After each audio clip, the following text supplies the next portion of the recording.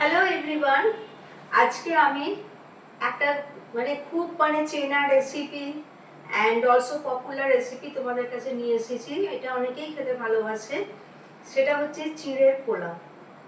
তো আমি এটা দেখাচ্ছি কিভাবে আমি করি। ওকে, সো ফ্রেন্ডস, তোমরা দেখো আমি এখানে চিঁড়েটা নিয়ে নিয়েছি, খুব বেশি নিইনি, অল্প করেই নিয়েছি।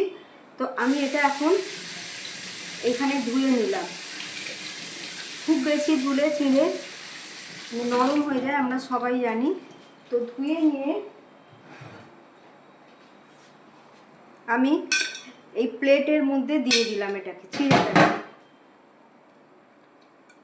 চিঁড়েটা প্লেটের মধ্যে দিয়ে দিলাম। ওকে, এই স্টেজে আমি চিঁড়েটার মধ্যে অল্প একটুখানি হলুদ দিয়ে দিলাম, আর এতে দেবো আমি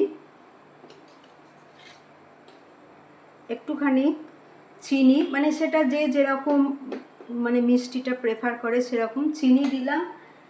আর এখানেতে আমি দেবো নুন দিয়ে দিলাম। এইবার এতে এইটাকে একসঙ্গে করে মেখে আমি এটা রেখে দিচ্ছি, এখানে সাইডে রেখে দিচ্ছি এটা।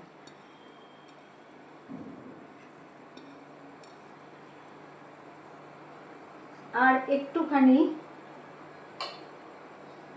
এতে হলদি লাগবে, একটুখানি দিয়ে দিলাম, বিকজ নাহলে কালারটা ভালো আসবে না।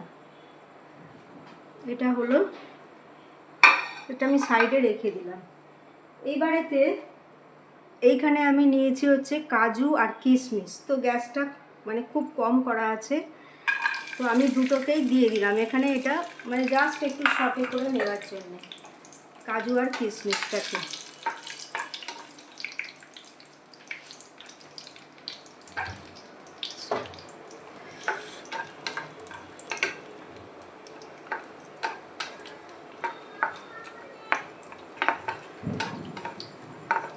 আর এখানে লাগছে কি কি লাগছে দেখো, এখানে লাগছে, এগুলো আমি কেটে রেখেছি। এটা হচ্ছে আলুকে ছোট ছোট করে কেটে রেখেছি, এটা হচ্ছে বিনস, আর এইটা হচ্ছে পেঁয়াজ, আর এটা অল্প রসুন দিয়েছি, আর 3টা কাঁচা লঙ্কা আর একটা কাশ্মীরি লঙ্কা। তো চিঁড়ের পোলাওতে অনেকে বাদামটা দেয়, তো আমি কিন্তু পার্সোনালি বাদামটা খুব একটা ভালোবাসি না খেতে, তো সেই জন্য আমি এতে বাদামটা দিইনি। তো এগুলো এখন হয়ে গেছে, এটা আমি তুলে নিচ্ছি। কাজু আর কিশমিশ দুটোই খুব হালকা করে ভাজার দরকার ছিল, তো সেটা হয়ে গেছে। এই স্টেজে আমি এইখানে দেবো জিরে।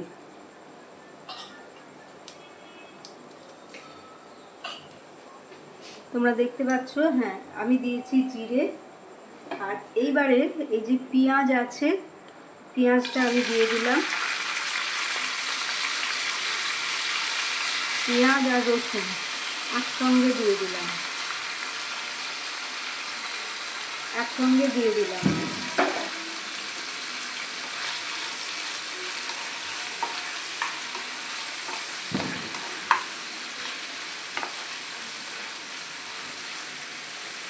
এবারে এইখানে আমি দেবো হচ্ছে কারি পাতা, বিকজ কারি পাতাটাতে খুব সুন্দর একটা ফ্লেভার আছে।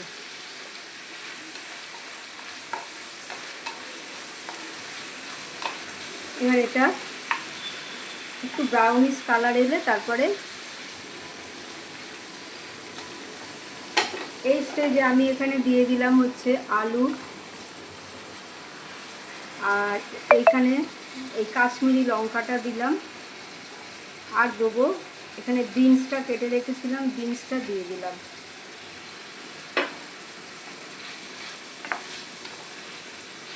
এটাও ভাজা হোক হালকা করে, এটা একটু টাইম লাগবে ভাজতে।